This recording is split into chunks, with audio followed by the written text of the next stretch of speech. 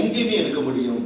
அது ஞானத்துக்கு அளவே இல்லை. ஆவியின் ரூபத்தில் இருக்கிறார். ஆனா பைபிள் இன்னொன்று சொல்லுது, தேவன் அன்பாகவே இருக்கிறார். தேவன் எப்படி இருக்கிறாரா? அன்பாகவே இருக்கிறார் அப்படி பைபிள் சொல்லுது.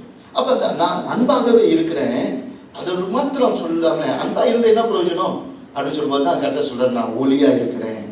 ஒளியா இருக்கிறேன்னா, நீ இது வரைக்கும் இருள நடந்துட்டேன், இது வரைக்கும் ஒரு நல்ல பாதை உனக்கு தெரியாம வாழ்ந்துட்டேன். ஆனா உனக்கு ஒரு நல்ல பாதையை நான் காட்டும்படி உனக்கு வெளிச்சமா இருக்கிறேன். உன் வாழ்க்கைக்கு என்ன பண்ணிருக்கிறேன்? வெளிச்சமா இருக்கிறேன். தவறு செஞ்சுதான் வாழணும் அப்படின்னு இல்லை. பொய் பேசாம வாழ முடியாது, திருடாம வாழ முடியாது. யார் யோக்கியம்? எல்லாருமே அயோக்கியங்க தான். இது சாதாரணமா இருக்கு. பைபிள் அப்படிதான் சொல்லுது, எல்லாரும் பாவம் செய்து தேவ மகிமை அற்றவர்கள் ஆனார்கள் அப்படின்னு தான் சொல்லுது. ஆனா நம்மளும் எல்லாருமே அப்படி சொல்லுவோம், யார் யோக்கியம் இல்லை அப்படின்னு. ஆனா நான் உனக்கு சரியான பாதை காட்டுறேன், வழி சொல்றேன். நீ பார்த்தீங்கன்னா ஒளி இருக்குல்ல, இந்த லைட். நம்ம ஊர்ல கூட லைட் ஏற்றி வச்ச உடனே கும்பிடுவாங்கல்ல, அதுக்கு ஒரு மரியாதை கொடுப்பாங்க. ஏன் கடவுளை லைட்டா பார்க்குறோம் அப்படின்னு சொன்னா, அது பைபிள் அப்படிதான் சொல்லுது, ஜோதிமயமானவர், சேரக்கூடாத ஒளியில் வாசம் பண்ணுகிறவர் அப்படின்னு பைபிள் சொல்லுது. அந்த ஒளி அப்படின்னு சொன்னா, நீங்க சூரியன்லேருந்து புறப்படுற ஒளி எவ்ரி 8 செகண்ட் புறப்பட்டு வந்துட்டு இருக்கு. அதில் ஒரு ஒளியினுடைய வேகம் ஒரு செகண்டுக்கு 3 லட்சம் கிலோமீட்டர், 1,86,000 மைல் பர் செகண்ட். அதோட வேகத்தை நம்மளால் கற்பனை பண்ண முடியாது. அதாவது இந்த பூமியை அது 7 தடவை சுற்றி வந்து ஒரு செகண்ட். இப்ப ஆண்டவர் சொல்றாரு, என் கண்ணிலிருந்து நீ தப்ப முடியாது, அதே சமயத்துல நான் உனக்கு சரியான பாதை காட்ட உனக்கு வழியா இருக்கிறேன். வாழலாம், நீ நினைச்ச நல்லபடி என்ன பண்ணலாம்? வாழலாம். உனக்கு சரியான பாதை இல்லாதனாலதான், வழி காட்டாதனாலதான், ஒளியா இல்லாதனாலதான் நீ பாவம் செஞ்ச அழிஞ்ச.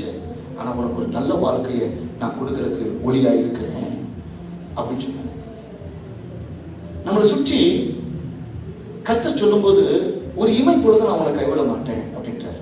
நான் உன்னை விட்டு விலகவும் இல்லை, உன்னை கைவிடவும் இல்லைன்றார். எந்த நிலைமையில நீங்க கூப்பிட்டாலும் கடவுள் எங்க இருக்கிறாரு அப்படின்னு நீங்க கேட்பீங்கன்னா, கடவுள் நம்மோடு கூட தான் இருக்கிறார். அவரை நம்ம அறியும் போது எப்படி அறியணும்? ஒரு பிள்ளையா இருந்தாலும் தாயை நோக்கி கூப்பிடும் போது தான், நம்ம தமிழ்ல சொல்லுவோம், அலுவல பிள்ளை தான் என்ன பண்ணும்? பால் குடிக்கும் அப்படின்னு சொல்லுவோம். நம்ம அவரை கேட்கணும். அதான் ஜெபம் அப்படின்ற ஒரு வார்த்தையை பார்க்கிறோம். ஜெபம் என்ற ஒரு வார்த்தையை பார்க்கிறோம்.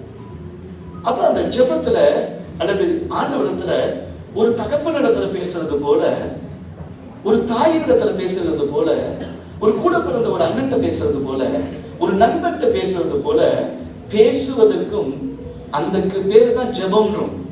மனசுல இருக்கிறதெல்லாம் யார்கிட்ட சொல்ல முடியும் அப்படின்னு சொல்லி சாதாரணமா உட்காந்து, இயேசுவே நீ இங்க இருக்கிறீர். இப்ப நம்ம கூட இருக்கிற இடத்துல இயேசு இருக்கிறாரா? இருக்கிறாரு இல்லையா? ரொம்ப சந்தோஷமானு சொல்லி. அப்ப அவர் உருவம் இல்லை. ஒண்ணு தெரியுமா? உங்க கையில இருக்கிற செல்போன் இருக்க, அது நீங்க எங்க இருந்தாலும் உங்களை காட்டி கொடுக்கும். தெரியுமா உங்களுக்கு? உங்க அதுல உள்ள நம்பர் தெரியல, எங்க இருக்கிறீங்கன்னா என்ன பண்ண முடியும்? சொல்ல முடியும். இப்ப சேட்டலைட் என்ன பண்ணுதுன்னா, உங்க பேர் ஒருவேளை சரவணன் வச்சுக்கோமே, உடனே சரவணன் எங்க இருக்கு சேட்டலைட் கரெக்டா என்ன பண்ணும்? பாயிண்ட் அவுட் பண்ணி இங்க இருக்கிறான்னு சொல்லும். சேட்டலைட்டுக்கு மனுஷன் கண்டுபிடிச்ச சேட்டலைட் எவ்வளவு பவர்? ஒரு மணிக்கு 28,500 கிலோமீட்டர் வேகத்துல அது போகுதான். அதுக்கு இவ்வளவு பவர்னா தேவனுக்கு எவ்வளவு பவர் இருக்கும்? அவருக்கு எல்லாமே நல்லாமே என்ன பண்ணும் தெரியும். ஆனா அதே சமயத்துல ஏன் சொல்றாரு, எங்க என் பேரால நீங்க கூடி வரீங்களோ உங்க நடுவுல நான் இருக்கிறேன். என் பெயரால நீங்க எதை கேட்டாலும் நான் உங்களுக்கு என்ன பண்ணுவேன்? உதவி செய்வேன். அவர் பெயரால கேட்கும்போது, இயேசு என்ற பெயர்ல கேட்கும்போது ஒரு அற்புதத்தை செய்கிறார். சரி, இந்த இயேசு யாரு? அவர் எனக்கு என்ன செய்ய முடியும்? அவருடைய அன்பை நான் எப்படி அறிய முடியும்? ஒரு நடந்த சம்பவத்தை சொல்லி நான் முடிக்கிறேன். சரியா இருக்குமா? நான் ஒரு சின்ன நடந்த ஒரு சம்பவத்தை சொல்லி நான் முடிக்கிறேன். கோஷிக்கான ஒரு தீ